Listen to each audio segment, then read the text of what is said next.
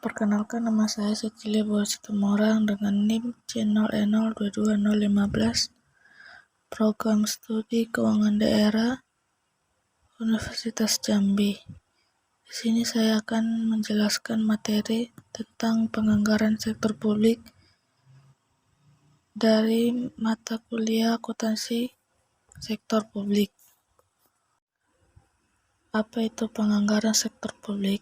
Penganggaran merupakan instrumen perencanaan dan pengendalian manajemen yang berperan penting dalam organisasi sektor publik.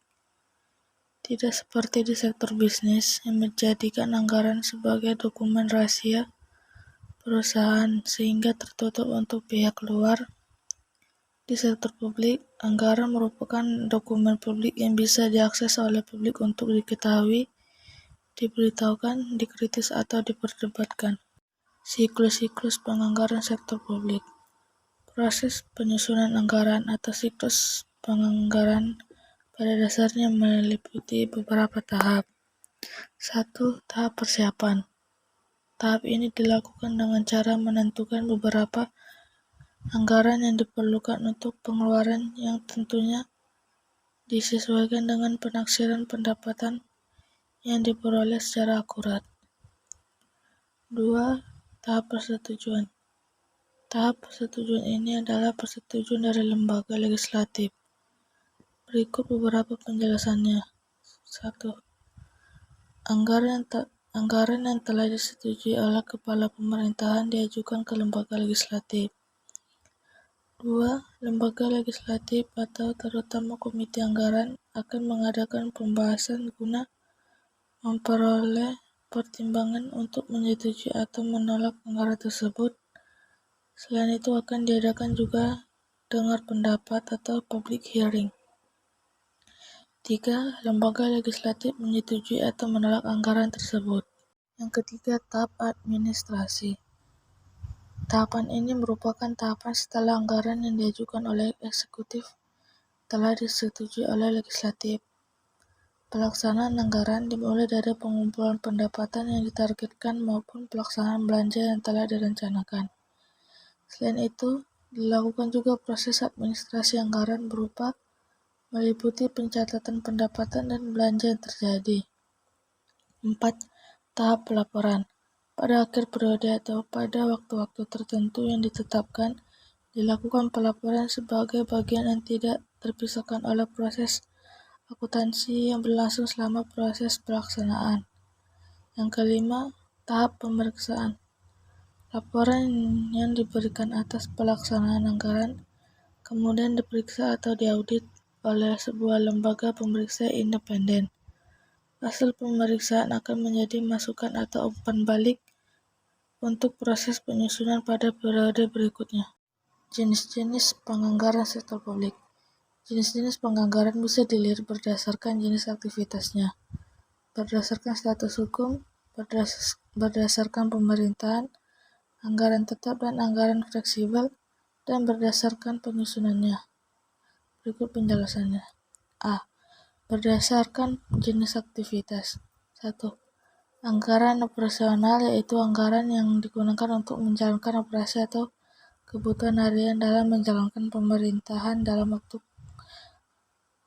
kurang dalam setahun. 2. Anggaran modal, yaitu anggaran yang menunjukkan rencana jangka panjang atau pembelanjaan aktivitas tetap. B. Berdasarkan status hukum. 1. Anggaran tentatif adalah anggaran yang tidak memerlukan pengesahan dari lembaga legislatif karena kemunculannya yang dipicu oleh hal-hal yang tidak direncanakan sebelumnya. C. Berdasarkan pemerintahan. 1. Anggaran daerah umum, yaitu dana yang digunakan untuk membiayai kegiatan pemerintahan yang bersifat umum dan sehari-hari. 2. Anggaran dana khusus, yaitu dana yang dicadangkan atau dialokasikan khusus untuk tujuan tertentu. D. Penganggaran tetap dan penganggaran fleksibel. Penganggaran tetap yaitu penganggaran di mana apresiasi belanja sudah ditentukan jumlahnya di awal tahun anggaran. 2. Penganggaran fleksibel, yaitu harga barang atau jasa per unit telah ditetapkan, namun jumlah anggaran secara keseluruhan akan berfluktuasi bergantung pada banyaknya kegiatan yang dilakukan. Berdasarkan penyusunannya. 1. Anggaran eksekutif adalah anggaran yang disusun oleh lembaga eksekutif atau pemerintah. 2. Anggaran legislatif adalah anggaran yang disusun oleh lembaga legislatif tanpa melibatkan pihak eksekutif. Pendekatan penyusunan penganggaran sektor publik. Di dalam pendekatan penyusunan anggaran, ada beberapa bentuk diantaranya yaitu 1. Pendekatan tradisional. Dalam pendekatan tradisional terdapat 2 ciri utama. Pertama, penyusunan anggaran didasarkan pada dan dari mana dana berasal, dan untuk apa dana tersebut digunakan. Kedua, penggunaan konsep inkrementalisme, yaitu jumlah anggaran tahun tertentu dihitung berdasarkan jumlah tahun sebelumnya dengan tingkat kenaikan tertentu. Tujuan dari pendekatan ini adalah untuk melakukan kontrol keuangan dan sangat berorientasi pada input organisasi. Penetapannya melalui pendekatan inkremental atau kenaikan bertahap. 2. Pendekatan kinerja merupakan sistem anggaran dan pendapatan yang memungkinkan revisi selama tahun berjalan, sekaligus sebagai dasar penentuan usulan anggaran periode tahun yang akan datang.